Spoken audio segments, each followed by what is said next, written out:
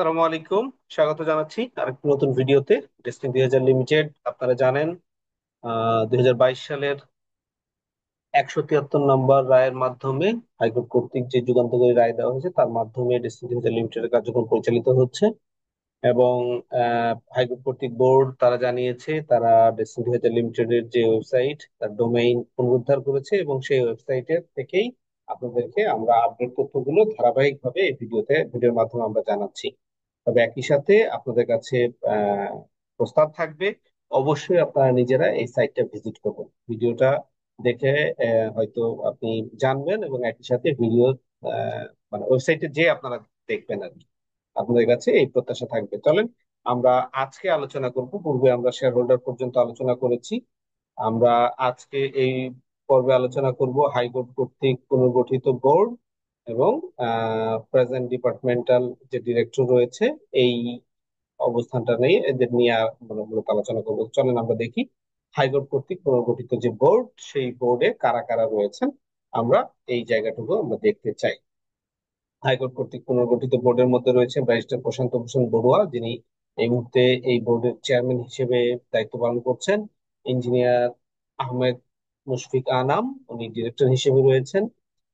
মোহাম্মদ ইকবাল জামাল, উনি ডিরেক্টর হিসেবে রয়েছেন। মোহাম্মদ জাকির হোসেন, ডিরেক্টর। এবং আপনাদেরকে বলে রাখা ভালো, এই তিনজন কোম্পানির বাইরে থেকে হাইকোর্ট মানে প্রত্যেকেই যাদেরকে দেখাবো এখন, তার প্রত্যেকে হাইকোর্ট কর্তৃক নিয়োগকৃত বোর্ডের মেম্বার। এবং জাকির হোসেন থেকে শুরু করে নিচের দিকে যারা যাবে তারা সবাই ডেস্টিনির শেয়ার হোল্ডার, বাট এনারা ডেস্টিনির বাইরে থেকে এসেছেন তো হাইকোর্ট কর্তৃক পুনর্গঠিত বোর্ড, এবং এনাদের কোনো শেয়ার এই কোম্পানিতে নাই।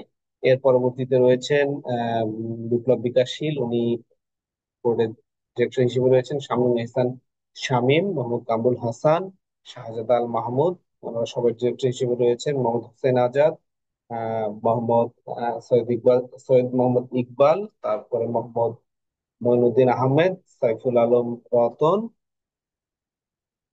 মাসুদা ইসমতারা, ইব্রাহিম খলিল, হোসনিয়ারা ইসলাম, সিরাজাম মুনির। এই কয়জন হাইকোর্ট থেকে পুনর্গঠিত যে বোর্ড, সেই বোর্ডের মেম্বার। এই মোট 16 জন, তার ভিতরে 13 জন হচ্ছে শেয়ার হোল্ডার থেকে এই বোর্ডে এসেছেন, এবং বাকি 3 জন ডেস্টিনির বাইরের সদস্য।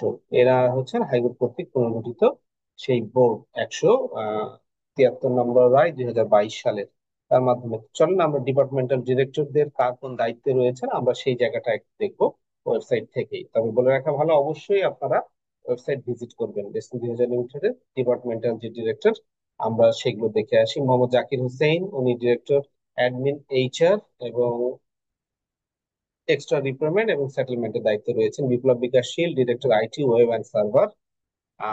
শামনুল Islam Shamim, director store and inventory. Mohammad Kamrul Hasan, director accounts and finance. Shahzad Al Mahmud, director legal and company affairs. Mohammad Hossain Azad, director customer service. Syed Mohammad Iqbal, director asset management. Mohammad Moinuddin, director vehicle and ট্রান্সপোর্টের দায়িত্বে রয়েছেন।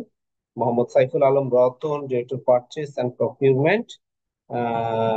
Mrs Ismatara, director media and public রিলেশনের দায়িত্বে রয়েছেন।